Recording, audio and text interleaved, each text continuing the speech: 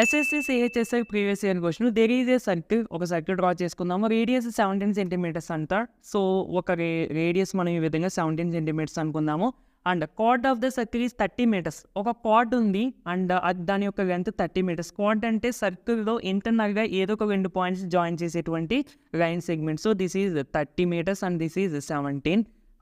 ఇప్పుడు find the perpendicular distance between centre of the circle from the chord. అంటే ఈ centre నుండి ఈ కార్డ్కి పెర్పెండిక్యులర్ డిస్టెన్స్ అంటే మనము దీని యొక్క లెంత్ ఫైండ్ అవుట్ చేయాలి. సో మీరు దీన్ని సెపరేట్గా డ్రా చేసుకుంటే this is the right angle triangle.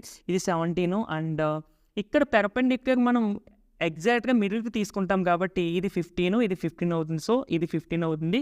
Pythagoras theorem use చేస్తే 17 స్క్వేర్ అంటే hypotenuse square is equal to side square plus side square కాబట్టి 15 స్క్వేర్ ప్లస్ ఇది మనకి తెలియదు కాబట్టి ఎక్స్ స్క్వేర్ అనుకోండి. 17 స్క్వేర్ అంటే 289 that is equal to 15 square అంటే 225 ప్లస్ ఎక్స్ స్క్వేర్ 2